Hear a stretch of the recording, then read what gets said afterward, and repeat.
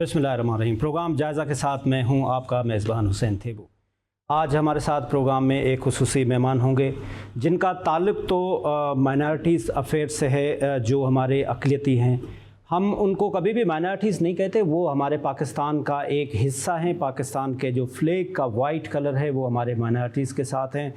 जो हमारे दोस्त, हमारे जो सिख भाई हैं, जो सरदार रमेश सिंह अरोड़ा साहब इस वक्त मिनिस्टर हैं पंजाब के माइनॉरिटीज़ अफेयर्स के। इस वक्त हम देख रहे हैं कि पाकिस्तान में जो माइनॉरिटीज़ के लिए बड़े अच्छे इक़दाम लिए जा रहे हैं। ख़ास तौर पे पंजाब में जो हमारे रमेश सिंह अरोड़ा साहब और चीफ मिनिस्टर पंजाब मरियम नवाज़ साहिबा ले रहे हैं। हालिया हमने देखा कि जो हिंदुस्तान में हुआ, जो नरेंद्र मोदी ने जिस तरह से एक नफ़रत का मैसेज दिया, जिस तरह से उन्होंने बाकी कम्युनिटीज़ के ख़िलाफ़ बात की इस बार 400 बार, लेकिन उनको बड़ी ज़बरदस्त किस्म की शिकस्त हासिल हुई। हिंदुस्तान में 400 पार तो दूर की बात, वो सादा अक्सरियत 272 भी नहीं ले सके। उसकी क्या वजूहात है? हमने देखा जो सिख कम्युनिटी के ख़िलाफ़ है वो दुनिया भर में हिंदुस्तान ने एक्शन किया। वो कनाडा हो जहाँ पे हरदीप सिंह निज्जर का कत्ल किया गया, वो हालिया हमने एक रिपोर्ट देखी जिसमें उन्होंने यूएस में अपना एजेंट हायर किया, जिस एजेंट ने एक सिख रहनुमा को कत्ल करने के लिए पूरी स्ट्रगल की, जिसको CIA ने डिस्क्लोज़ किया। आज हम इस पे बात करेंगे, खुसूसन हमारे पाकिस्तान में जो माइनॉरिटीज़ के जो टूरिस्ट प्लेस हैं उनकी क्या अपॉर्चुनिटी है यहाँ पे, हम किस तरह से अपने मुल्क में टूरिज़म को बेहतर कर सकते हैं, किस तरह से हम बाकी जो रिलीजन के लोग हैं उनको फैसिलिटेट कर सकते हैं कि वो पाकिस्तान में आएँ। इस वक्त हमारे साथ मौजूद हैं सरदार रमेश सिंह अरोड़ा साहब, सूबाई वज़ीर अक़लियती अमूर पंजाब। सर, आपका बहुत बहुत शुक्रिया, आपने हमें टाइम दिया। Thank you very much Hussain, बहुत मेहरबानी, शुक्रिया आपका। अपना सरदार साहब, जिस तरह से हमने इंट्रो में भी बताया कि इस वक्त जो ख़ास तौर पे पंजाब हुकूमत है और under the umbrella of Maryam Nawaz साहिबा बहुत ज़बरदस्त काम हो रहा है माइनॉरिटीज़ के लिए। ख़ास तौर पे जो हमारी अक़लियती है, ये हम अक़लियती तो नहीं कहते, ये हमारे फ्लैग का एक वाइट कलर है। तो आप थोड़ा सा बताइए कि इस वक्त पंजाब में आपके अम्ब्रेला में क्या क्या हो रहा है। Thank you very much Hussain, सबसे पहले तो शुक्रिया अदा करता हूँ। और जो हुकूमत हमें मार्च 2024 में मिली, तो जिस दिन हुकूमत मिली और मोहतरमा मरियम नवाज़ साहिबा लीडर ऑफ द हाउस बनी, तो उन्होंने एक अपनी पूरी स्पीच दी और स्पीच के अंदर अपने 5 साल का पूरा रोड मैप दिया, प्लान दिया कि किस तरीके से हम पंजाब की आवाम को सर्व करेंगे, चाहे वो हेल्थ है, चाहे वो एजुकेशन है, चाहे वो डिज़ास्टर मैनेजमेंट है, कोई भी शोबा ज़िंदगी, हर एक के बारे में पूरा रोड मैप दिया। और उस रोड मैप के अंदर हमारा फोकस था कि खासकर वो स्टेट ऑफ द सोसाइटी जो वल्नरेबल है, जो पूरा ऑफ द पुअर है, इकॉनमी के हवाले से, हेल्थ के हवाले से, एजुकेशन के हवाले से, हर शोबा ज़िंदगी के हवाले से प्लान दिया। और उसी में मोहतरमा ने खासकर जब अक़लियत का जिक्र किया तो अक़लियत के बारे में मोहतरमा ने बड़ा कैटेगोरिकली कहा कि अक़लियत मेरे सर का ताज है और मेरा ख्वाब है कि पंजाब के अंदर बसने वाली जो अक़लियत है वो अपने आप को महफूज तस्वर करे और उनका जो एहसास महरूमी है, एहसास कमतरी, हमने उसको एड्रेस करना है। और यही जो उनका विजन था उसको ट्रांसलेट और उसको ट्रांसफॉर्म करने के लिए इंटू एक्शंस मेरा जो डिपार्टमेंट है उसी सोच को लेके आगे चल रहा है। जैसी हमारी हुकूमत बनी, आपने देखा कि हमने ईस्टर आया, ईस्टर के लिए पहली दफ़ा स्पेशल ग्रांट दी। हमारे जो क्रिश्चियन भाई हैं उनके साथ मिल के जाके मोहतरमा ख़ुद मरियम आबाद तशरीफ़ लेके गई, उनके साथ MPs थे, मैं ख़ुद भी उनके साथ था। जाके हमने क्रिश्चियन कम्युनिटी के साथ मिल के उनकी जो खुशियाँ थी उनको सेलिब्रेट किया और पैगाम दिया कि हम हमारे दुख भी साझे और हमारी खुशियाँ भी साझी। और इस पाकिस्तान के बसने वाले तमाम पाकिस्तानी और ख़ासकर इस पंजाब के जो बसने वाले हैं, हम अपने दुख और सुख इकट्ठे मिलके मनाते हैं। और अगर गमी हो तो उसमें इकट्ठे मिलकर अपने गम को साझा करके उस गम को कम करते हैं। लाइकवाइज बैसाखी का फेस्टिवल आया, बैसाखी में मोहतरमा खुद करतारपुर साहब तशरीफ ले गई, ना सिर्फ वहाँ पे संगत के साथ बैठ के लंगर खाया, बल्कि जो गुरु नानक देव जी के खेत हैं जहाँ पे गुरु नानक साहब खेती बाड़ी करते थे, उन खेतों में खुद जाके गंदम की कटाई की शुरुआत की। फिर बैसाखी को सरकारी तौर पे मनाया गया। लाइकवाइज जब होली का त्यौहार आया तो जाके हमने हिंदू भाइयों के साथ मिलकर होली का त्यौहार भी सेलिब्रेट किया और उनकी खुशियाँ दोबारा करने के लिए ग्रांट भी दी। फिर आपने देखा जहाँ पे खुदा न खास्ता कोई ऐसा इंसिडेंट होता है तो मोहतरमा खुद वहाँ पे तशरीफ़ लेके जाती है। मियाँ नवाज शरीफ साहब फैसलाबाद खुद मोहतरमा के साथ गए, उनके दुख उनके साथ मिलके बांटे। जहाँ पे हमारे जो सैनिटरी वर्कर्स थे जब उनकी वफात हुई, डेथ हुई, फिर सरगोदा का वाक़या हुआ, वहाँ पे भी आपने देखा मैं गया, मेरे साथ था हमारे अपना जो लोकल गवर्नमेंट के मिनिस्टर थे, हम गए। फिर सरगोदा में जो एक अटैक हुआ उसकी मैं भी पहुँचा, मेरी पूरी टीम पहुँची, बाकी भी हमारे जो जितने भी लॉ इन्फोर्समेंट एजेंसीज थी या हमारी इंतजामिया पहुंची। और मैं अप्रिशिएट करता हूं अपने पुलिस के डिपार्टमेंट को, पुलिस के पूरे महकमे को, जिस तरीके से सरगोदे के इंसिडेंट को मिलके उस वक्त एक बहुत बड़ा जो हादसा हो सकता था उसको वहीं पे रोका। तो मैं ये समझता हूँ ये मोहतरमा मरियम नवाज शरीफ साहब का विजन है और उस विजन को आगे हम लेके चल रहे हैं। अभी जो बजट इस वक्त असम्बली के अंदर पेश हुआ है, आपने उस बजट के अंदर देखा कि जो मैडम ने बात की वो प्रैक्टिकली प्रूव करके दिया। ऑलमोस्ट इस दफ़ा हमारा जो बजट है that is increase with around 200%, जिसमें हमारा फोकस है कि माइनॉरिटी डेवलपमेंट जो फंड होता है उसको हमने तकरीबन 1 बिलियन की उसके अंदर इंक्रीज़ है। फिर लाइकवाइज जो हिस्टोरिकल प्लेसेस हैं उनकी रेस्टोरेशन पे हम बात कर रहे हैं। जो स्कॉलरशिप है उस पर 6 टाइम्स ज़्यादा उसको बढ़ा दिया है। इसी तरीके से जो हम ग्रांट देते हैं बच्चों को जो किसी एजुकेशन इंस्टीट्यूट के अंदर पढ़ते हैं उसको हमने बढ़ा दिया। तो ऐसे बहुत सारे स्टेप्स उठाए हैं जहाँ पे हम जो vulnerable state of the society है उनकी अपलिफ्ट के लिए कर सके। लाइकवाइज जो 5% जॉब कोटा है जो माइनॉरिटी के लिए हमारी ही हुकूमत ने तकरीबन आज से 10 साल पहले इसको इंट्रोड्यूस किया था, हम इस कोशिश कर रहे हैं कि उस 5% जॉब कोटा के अंदर लोगों को ज़्यादा से ज़्यादा उस पर शामिल करें, क्योंकि इस वक्त तकरीबन 32,000 के करीब ऐसी सीट्स वेकेंट हैं जहाँ पे माइनॉरिटी के लिए वो सीट्स खाली हैं। तो हम इस वक्त कोशिश कर रहे हैं कि जो हमारे माइनॉरिटी के बच्चे हैं, चाहे उनका ताल्लुक क्रिश्चियन कम्युनिटी से है, हिंदू कम्युनिटी से है या सिख कम्युनिटी से, उनको ज़्यादा से ज़्यादा अपॉर्चुनिटी दें ताकि उनका एहसास से महरूमी एड्रेस किया जा सके। क्योंकि पंजाब के अंदर हमारी क्रिश्चियन कम्युनिटी ज़्यादा है, उनकी तादाद ज़्यादा, जिससे हम चाहते हैं कि हमारे क्रिश्चियन बच्चे ज़्यादा से ज़्यादा आए, लेकिन बाकी जो माइनॉरिटीज हैं उनको भी हम साथ इक्वल अपॉर्चुनिटी देते हैं ताकि सबके लिए एक इक्वल स्पेस और वहाँ के इस कम्युनिटी को, इस मुल्क को ज़्यादा से ज़्यादा सर्व करें। और ये मोहतरमा मरियम नवाज शरीफ साहब का विजन है और इस विजन को लेकर हम आगे चल रहे हैं। जी राइट। सदर साहब, अभी आपने हालिया देखा है हिंदुस्तान में जो इलेक्शंस हुए, जो वहाँ के एक लीडर हैं जिनका एक इंतहा पसंदी, anti Muslim, anti Sikh, anti minorities, एक हिंदुत्व की आइडियोलॉजी लेके और एक स्लोगन लेके आए जिस पे उन्होंने कहा कि अब के बार 400 पार, लेकिन आवाम ने उसको ज़बरदस्त किस्म का एक नेगेटिव रिस्पांस दिया। 400 पार को तो दूर की बात, वो 272 की क्लियर मेजॉरिटी भी, एक सादा मेजॉरिटी भी नहीं ले सके।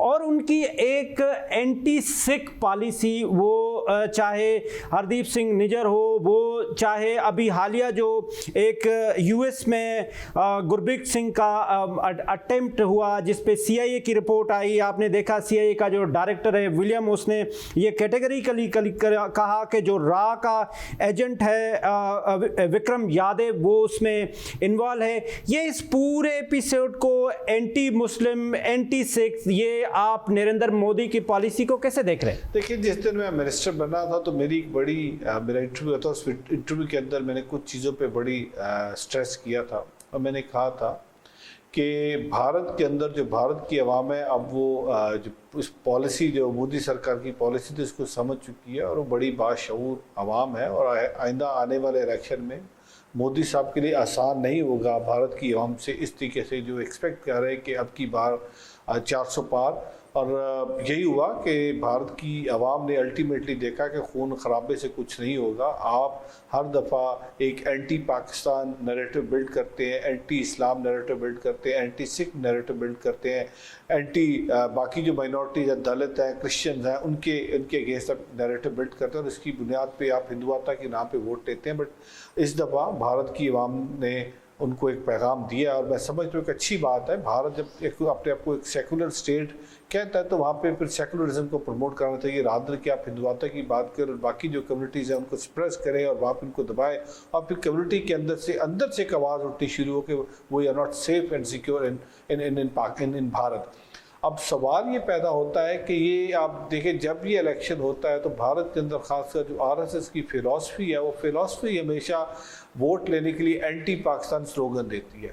और अभी आपने कल देखा, जो कल बाकायदा तौर पे 12 बजे जो हमारे इंटीरियर मिनिस्टर हैं बलूचिस्तान के, जो उन्होंने वो एक दहशतगर्द पकड़ा गया जिस तरीके से उसने कहा जी मेरी तो सारी फंडिंग रॉ से आती थी, मुझे रॉ जो फंड करता था और रॉ फंड मुझे इसलिए करता था कि मैं पाकिस्तान के अंदर बदअमनी फैलाऊं, पाकिस्तान के अंदर ऐसी टेररिस्ट एक्टिविटी करूं ताकि पाकिस्तान डिस्टेबलाइज हो। अफगानिस्तान के अंदर वो जो एंटी जो स्टेट एक एक्टिविटी जिसको प्रमोट कर रहे थे लिबरल ग्रुप, सेपरेटिस्ट जो मूवमेंट जिसको चला रहे थे।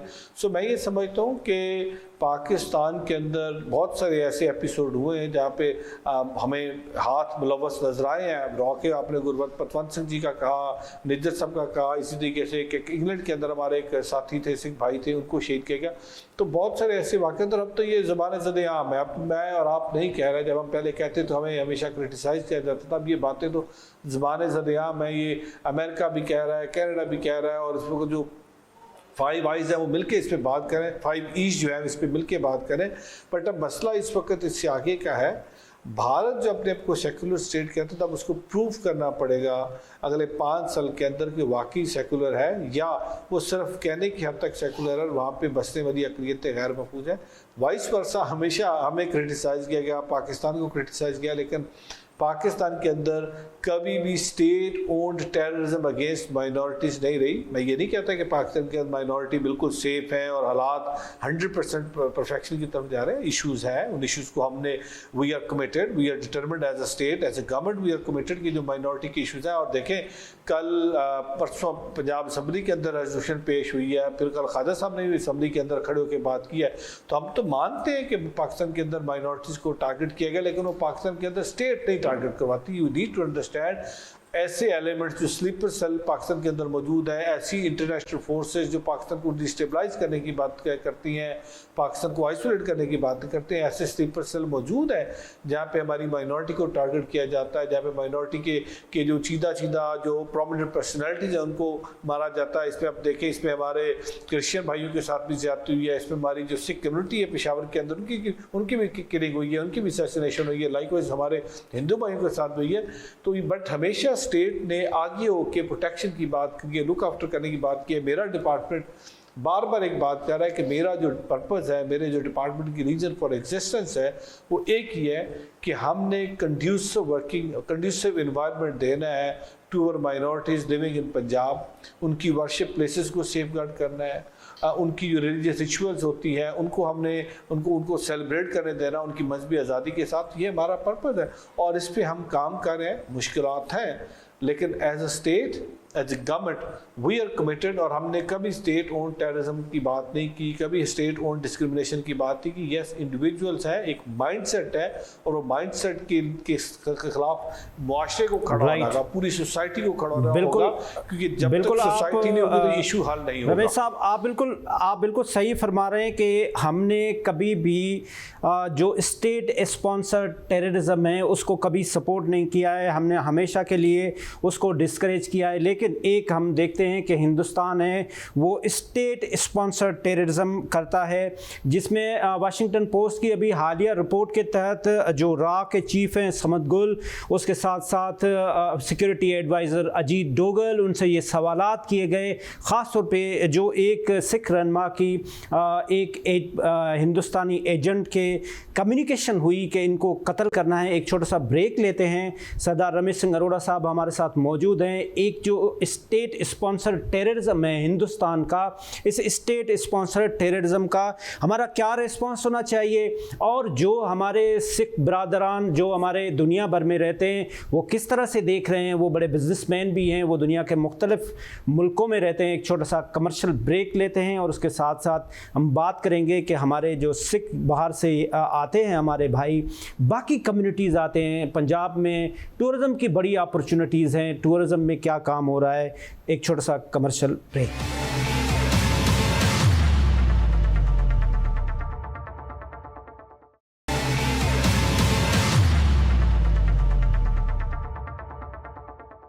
जी वेलकम बैक नाजरीन, हमारे साथ मौजूद हैं सरदार रमेश सिंह अरोड़ा साहब। सूबाई वज़ीर अक़लियती अमूर पंजाब। सर, रमेश साहब, अभी हमने हालिया देखा कि जो वाशिंगटन पोस्ट की एक रिपोर्ट थी जिसमें उन्होंने क्लेम किया कि हमने राह के चीफ समद गुल से और सिक्योरिटी एडवाइज़र अजीत डोगल से इस बात पे पूछा भी सही, इन स्पाइट ऑफ दैट जो हमारे इंटरनेशनल इदारे हैं, ख़ास तौर पे यूएन है, यूएस है, बाकी इदारे हैं, वो उनके ख़िलाफ़ हम देखते हैं कि वो इंडिया के ख़िलाफ़ इतना सख्त मौक़िफ़ नहीं रखते। उसकी क्या वजह है कि अभी क्या सिर्फ दुनिया स्ट्रेट पे बिलीव कर रही है कि हिंदुस्तान एक बहुत बड़ा कस्टमर है, वहाँ पे हमें अपनी चीज़ें बेचनी हैं, या एक दिन आएगा कि ये जो anti Sikh, anti Muslim Hindustan की स्टेट स्पॉन्सर्ड पॉलिसी है उसके ख़िलाफ़ एक्शन होगा? देखिए हुसैन भाई, एक चीज़ तो है अब मान लेनी चाहिए दुनिया को भी, देर आए दुरुस्त आए।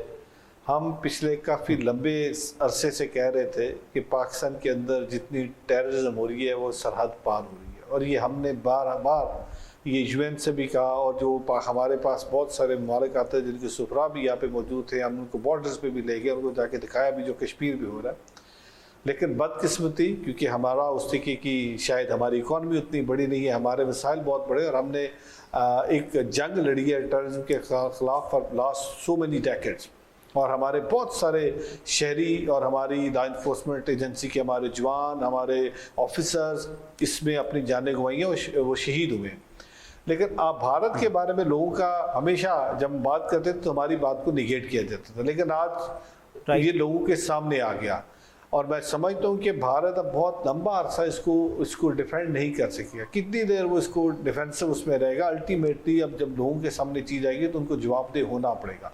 तो मैं इस वक्त हम ये एक्सपेक्ट करते हैं कि जो ह्यूमन राइट्स डिफेंडर्स हैं यूनाइटेड नेशन को, दे शुड कम फॉरवर्ड, और जो ज़्यादतियाँ हो रही है, अब देखिए अब तो उन्होंने जो अमेरिकन सिटीज़न है, जो कैनेडियन सिटीज़न है, जो यूके के सिटीज़न है, जो यूरोपियन है, उनके साथ जुल्म ज़्यादती की है, उनको उनके घर में जाके मारा है, उनके मुल्क में जाके मारा है और मरवाया है। तो अब तो मेरा ख्याल है ये टाइम आ गया जब उनको, ये मैं नहीं कह रहा, ये हुसैन साहब आप नहीं कह रहे, ये पाकिस्तान के कोई शहरी नहीं, ये तो जो उनके जो कैबिनेट मिनिस्टर्स हैं वो कह रहे हैं, और तो और ट्रूडो जो उनके प्राइम मिनिस्टर है कनाडा को, उन्होंने on the floor of the house उन्होंने पार्लियामेंट के अंदर खड़े होकर ये बात की है। तो अब जब इतनी बड़ी लेवल से इतनी बड़ी शख्सियत ये बात करे तो मेरा ख्याल है कि शायद इसमें थोड़ा टाइम लगेगा, बट अल्टीमेटली अब लोग ये मानेंगे इस हकीकत को कि जो दहशत गर्दी हुई है वो दहशत गर्द पाकिस्तान नहीं है, पाकिस्तान तो खुद विक्टिम है दहशत गर्दी का। ये दहशत गर्दी हमें सरहद पार से आई थी, और वो अब दहशत गर्दी बदकिस्मती से दुनिया भर में फैली हुई है, और अब इसका शिकार सिर्फ पाकिस्तान नहीं, इसके शिकार और बहुत सारे ममालिक हैं, और मेरा ख्याल अब इसका सद्देबाब होना चाहिए, और ये वक्त आ चुका है कि अब इस पर फैसला करना होगा यूनाइटेड नेशन को, यूनाइटेड डिफेंडर्स को, और ये जो बड़ी कुव्वतें हैं जो सुपर पावर है, अब शायद उनको फैसला करना होगा इस पर कुछ ना कुछ मिलकर।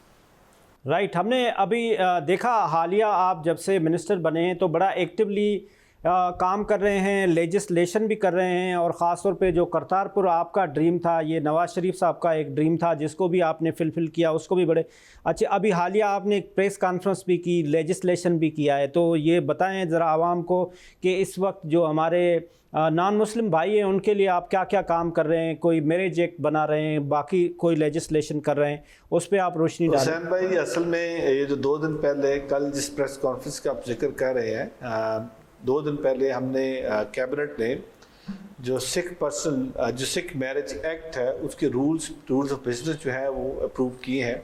And let me tell you the history कि 2017 में मैंने एक प्राइवेट मेंबर बिल इंट्रोड्यूस किया था जब हमारी हुकूमत थी, और मार्च 2018 में यूनानिमसली, उसमें सारी पॉलिटिकल पार्टीज थी, उसमें हमारी दीनी मजहबी जमातों के भी MP साहबान वहाँ पे मौजूद थे, सबने यूनानिमसली, और ये मैं हमेशा बड़े फ़ख्र से इसलिए कहता हूँ कि पाकिस्तान को हमेशा क्रिटिसाइज़ किया जाता है कि पाकिस्तान के अंदर जो अक़लियतें बसती हैं उनको, जो मजहबी जमाती हैं वो उनको रिस्पेक्ट नहीं देते, उनके हकूक़ नहीं देते। तो मेरी जो पंजाब की असम्बली थी उसमें बहुत सारी दीनी जमातों के, मजहबी जमातों के MP साहबान भी थे, जमात इस्लामी से भी थे, हमारे और भी मजहबी जमातों के दोस्त जो MPs थे, ऑनरेबल मेंबरान थे, वो भी थे। पॉलिटिकल पार्टीज में PTI थी, पाकिस्तान पीपल्स पार्टी थी जो मेन जमात थी, और मेरी जमात पाकिस्तान मुस्लिम नवाज थी। 2018 में यूनानिमसली पास हुआ, और फिर हमारी टर्म ख़त्म हुई 31 मई 2013 को, जब 18 को जब हमारी टर्म ख़त्म हुई तो हुकूमत आ गई जो अपने आप को बड़े नेक पारसा और फरिश्ते कहते हैं, उनकी हुकूमत आ गई। और बदकिस्मती से जो अपने आप को चैंपियन कहते हैं कि हम माइनॉरिटीज़ के चैंपियन और हमसे ज़्यादा माइनॉरिटी का चैंपियन, ये 5 साल उन फरिश्तों ने जो हमारे सिख मैरिज एक्ट पास हो चुका था, जिसके रूल्स ऑफ बिजनेस बनाने थे, उसको इम्प्लीमेंट करना था, 5 साल नहीं बना सके क्योंकि उनकी किस्मत में शायद ये सेवा नहीं थी। जैसी हमारी हुकूमत बनी और मोहतरमा ने मेरे पे कॉन्फिडेंस किया, मैं शुक्रिया अदा करता हूँ अपनी लीडरशिप का, मियाँ नवाज शरीफ साहब का और मियाँ शहबाज शरीफ साहब का, खासकर अपनी चीफ मिनिस्टर पंजाब मोहतरमा मरियम नवाज शरीफ साहबा को पहली दफ़ा हुआ है कोई सिख पंजाब के अंदर आफ्टर 1947 कैबिनेट मिनिस्टर बना। और इसकी जब मैं बना था तो दुनिया भर से, हुसैन भाई आपने भी अखबारों में पढ़ा, दुनिया भर का जो सिख था वो वेरी हैप्पी, वेरी एक्साइटेड, और सब ने पाकिस्तान को बड़ा अप्रिशिएट किया, मेरी लीडरशिप को अप्रिशिएट किया, मोहतरमा को मुबारकबादें भेजी। सो ये एक बड़ा अच्छा जेस्चर दुनिया भर में किया कि कोई वो जो माइनॉरिटी जो पंजाब के अंदर सबसे कम माइनॉरिटी है उसके जो MP है उनको कैबिनेट मिनिस्टर बना। तो फिर मेरे ऊपर जिम्मेदारी भी हुई कि जब मुझसे मेरी जो माइनॉरिटी एक्सपेक्ट करती हूँ तो now I have to deliver. तो उसके बाद मैंने जो तीनों सिख मैरिज एक्ट जो था उस पर देखा, हिंदू मैरिज एक्ट देखा, और ख़ासकर जो क्रिश्चियन पर्सनल लॉज थे उन तीनों को देखा।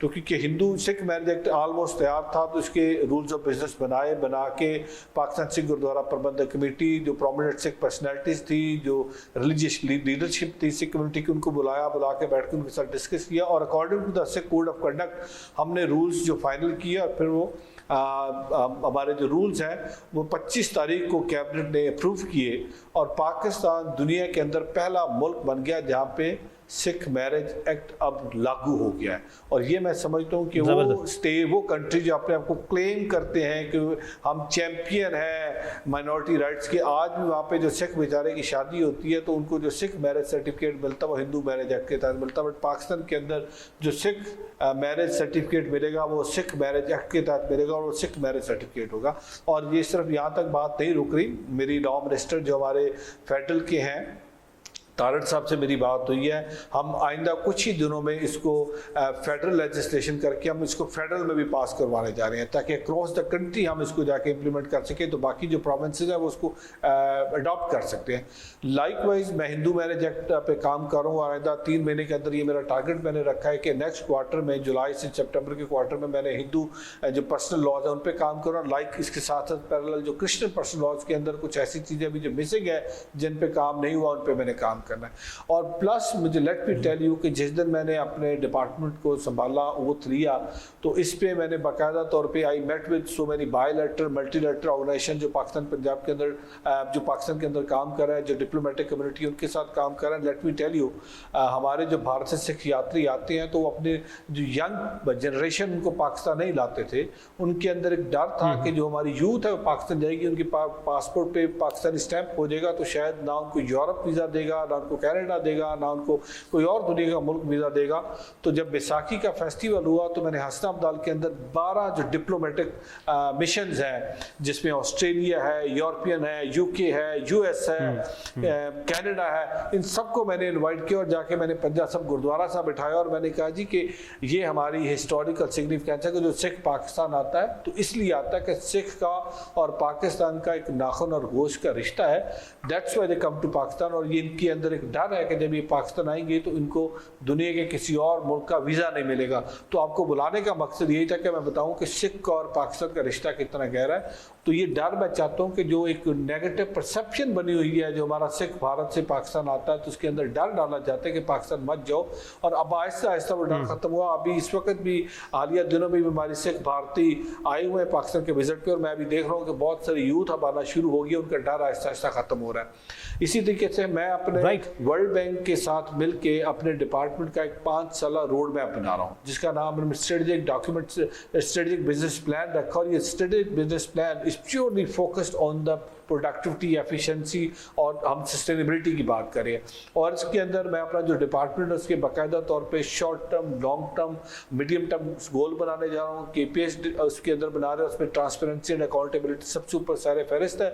और इसमें हमने मिनिस्टर को भी अकाउंटेबल ठहराया कि क्वार्टर एंड पे मिनिस्टर भी अकाउंटेबल होगा। वो मिनिस्टर भी ये बताएगा कि मेरे इस क्वार्टर के कौन से ऐसे टारगेट थे जो मैंने अचीव करने थे और वो क्या टेंजिबल शक्ल में, वो जो टेंजिबल फॉर्म में क्या वो टारगेट्स अचीव हुए हैं या नहीं हुए। और सिर्फ टारगेट्स अचीव करना मकसद नहीं है, वो टारगेट्स की हमने उसकी प्रोडक्टिविटी एफिशिएंसी देखनी है कि उन टारगेट से आगे कंटिन्यूटी कैसे हो रही है। So this is my prime objective. और सूरत में मेरी यूके गवर्नमेंट से भी बात हुई है, जो डिप्लोमेटिक कम्युनिटी है, यूएस से भी हुई है, कनाडा से भी हुई है। कनाडा इज फुली सपोर्टिव और मुझे सब इसमें सपोर्ट करने को भी तैयार है। लाइकवाइज जो मल्टीलैटरल यूएनडीपी से मेरी डिस्कशन हो रही है कि जब हमारा ये स्ट्रेटेजिक बिजनेस प्लान तैयार हो जाएगा और once it's approved by the worthy chief minister Punjab, तो फिर इसकी इंप्लीमेंटेशन एग्जीक्यूशन का फेज आएगा और इसमें फिर हम सब स्टेक होल्डर्स के साथ मिलकर इसको इंप्लीमेंट करेंगे, ताकि अल्टीमेटली ये जो बाइबल डॉक्यूमेंट बनने जा रहा है, it will not focus only on 5 years, इसके बाद फॉलो अप प्लान होगा और जो हमारे सस्टेनेबल डेवलपमेंट गोल्स 2030 है उनको हम किस तरीके से अचीव करना है। तो ये वो बहुत सारी ऐसी एक्टिविटीज हैं जिसमें पंजाब के अंदर बसने वाली माइनॉरिटीज, हिंदू, क्रिश्चियन और सिख, इन तीनों कम्युनिटीज़ को हमने किस तरीके से अपलिफ्ट करना है। और क्योंकि पंजाब के अंदर जिस तरह मैंने पहले अर्ज की कि हमारी क्रिश्चियन कम्युनिटी की तादाद बहुत ज़्यादा है और वहाँ पे जो हमारे पास अभी, क्योंकि ऐसा कोई डाटा भी पंजाब के अंदर नहीं है, मेरी जो पंजाब की हुकूमत है उस पर भी काम कर रही है, तो ख़ासकर जो हमारी vulnerable strata of the society है हमारी क्रिश्चियन कम्युनिटी जो बिलो द पॉवर्टी लाइन है, उसकी अपलिफ्ट के लिए, उसकी सोशल प्रोटेक्शन के लिए बाकायदा तौर पे हम एक प्रोग्राम डिज़ाइन कर रहे हैं कि हम उनको किस तरीके से सोशली एम्पावर करना है, इकोनॉमिकली एम्पावर करना है, उनकी जो वल्नरेबिलिटी उसको किस तरीके से ख़त्म करना है, ताकि वो भी इस मुआशरे के एक जो उनको भी बिल्कुल ठीक। सरदार रमेश सिंह साहब, एक छोटा सा कमर्शियल ब्रेक लेते हैं, इसके बाद हम बात करेंगे कि पंजाब गवर्नमेंट बहुत अच्छा काम कर रही है, ख़ास तौर पे जो 100 यूनिट है वो फ्री दे रही है। नवाज शरीफ आईटी पार्क बना रहे हैं, पाकिस्तान में 65% यूथ है, पंजाब तकरीबन आधा पाकिस्तान है। हम देखते हैं कि वहाँ पे मेडिकल फैसिलिटी में बड़ा अच्छा काम हो रहा है। 34 जो large and small field hospitals बनाए गए हैं। एक छोटा सा कमर्शियल ब्रेक लेते हैं, सरदार रमेश सिंह अरोड़ा साहब से पंजाब पे भी बात करते हैं, डेवलपमेंट पे भी बात करें और ख़ास तौर पे टूरिज़म का पाकिस्तान में क्या अपॉर्चुनिटीज़ है, कितना वॉल्यूम है, कितना पाकिस्तान बाकी जो हमारे मज़ाहब हैं उनके लिए भी कितनी बड़े एवेन्यू है पाकिस्तान टूरिज़म के लिए। एक छोटा सा कमर्शियल ब्रेक।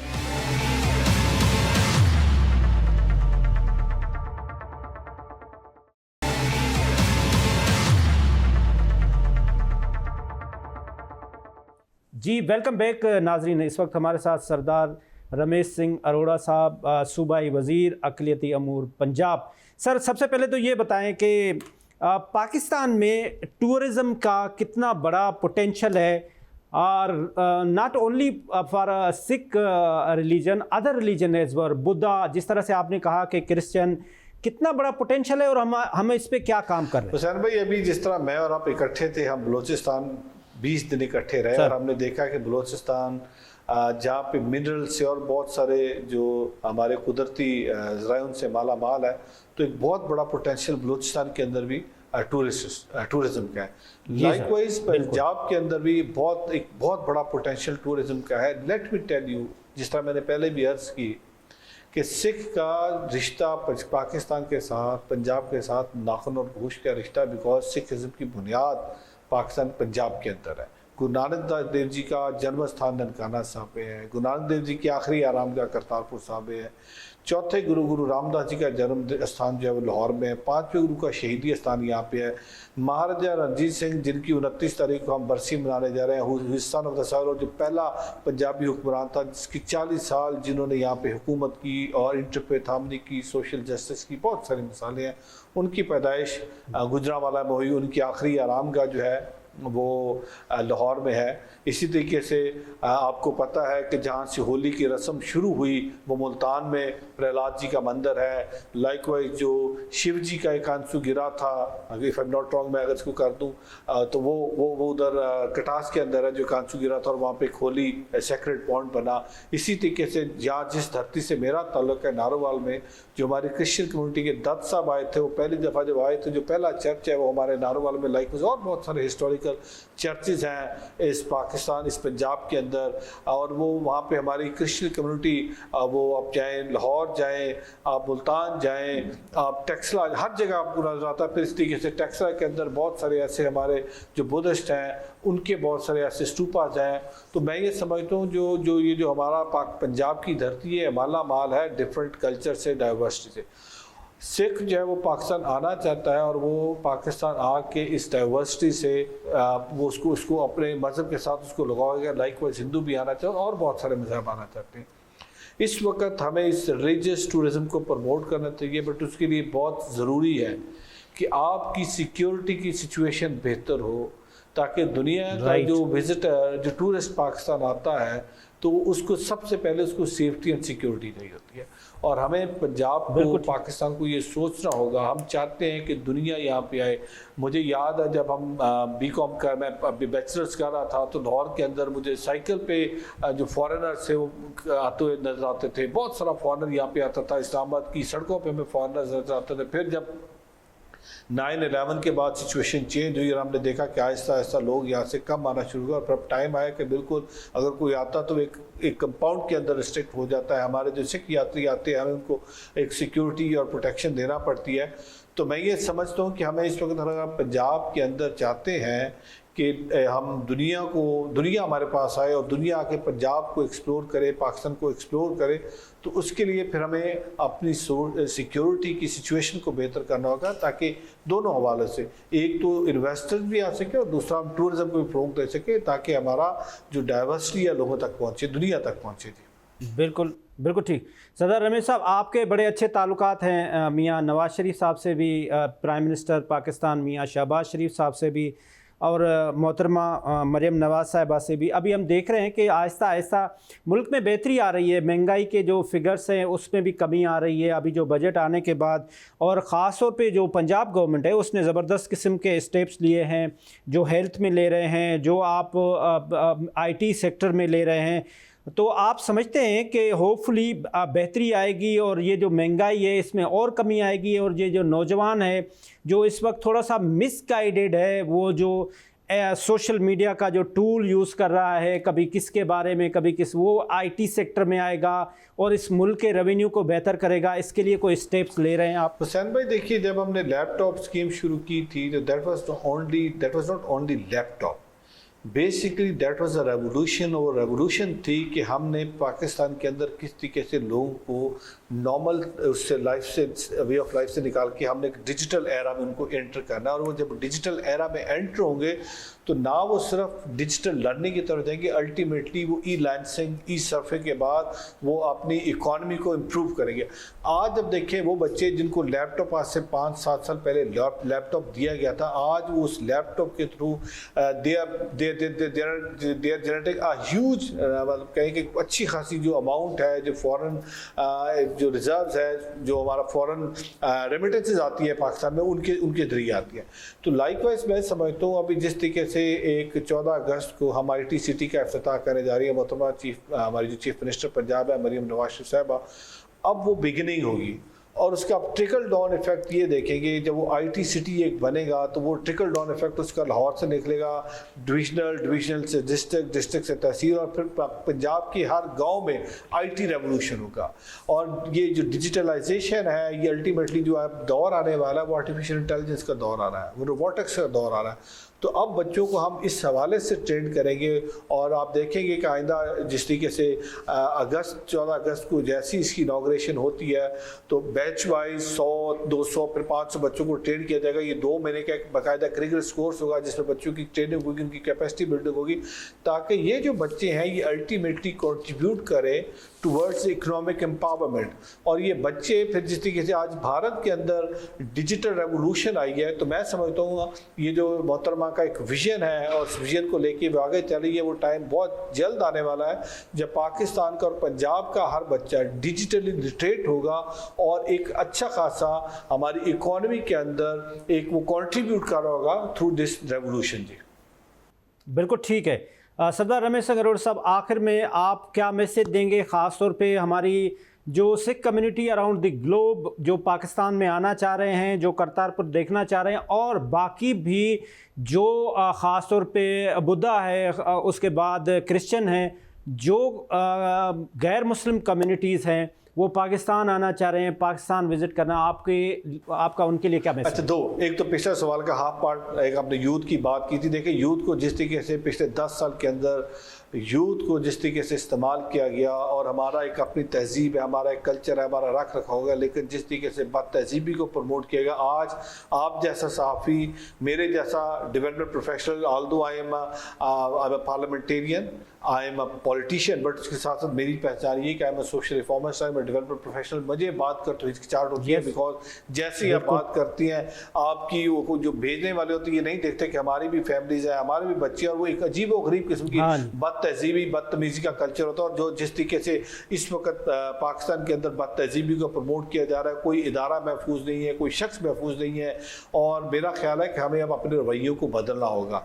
अगर हम चाहते हैं कि इस पाकिस्तान के अंदर हम इन्वेस्टर्स आए, इस पाकिस्तान के अंदर टूरिज्म को फरोग दें, तो हमें अपने रवैयों के अंदर बिल्कुल आप क्रिटिसाइज करें, मुझे क्रिटिसाइज करें, मेरी गवर्नमेंट को क्रिटिसाइज करें, आपका हक है क्रिटिसाइज करना, but criticism for the sake of betterment, not for the criticism for the sake of your own. आप आपकी सेटिस्फेक्शन इस पे होती है कि आप मुझे गाली देंगे, मेरे साथ बदतमीजी करेंगे तो आपकी सेटिस्फेक्शन होती है। This is not the way.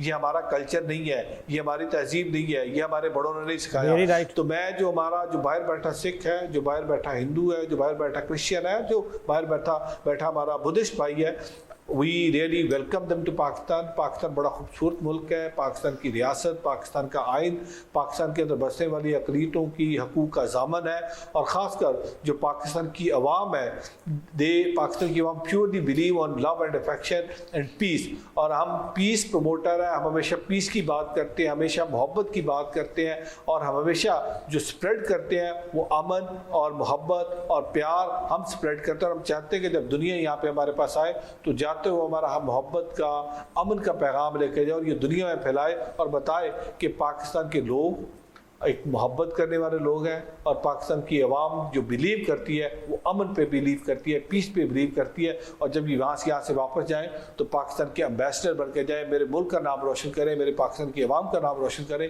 जो बदकिस्मती से वो लोग जिनके अपने वेस्टर्न इंटरेस्ट है, जिन्होंने पाकिस्तान को सिंगल आउट किया हुआ है, आइसोलेट किया, और वो पाकिस्तान को बदनाम करने की साजिशें रचाते हैं, तो ये हर पाकिस्तानी का फ़र्ज़ है कि वो आगे बढ़े और इस पाकिस्तान का नाम रोशन करने में अपना किरदार अदा करे, रादर वो इंग्लैंड की, यूके की सड़कों पे खड़ा होकर इस पाकिस्तान को बदनाम करने की साजिशों का हिस्सा बने।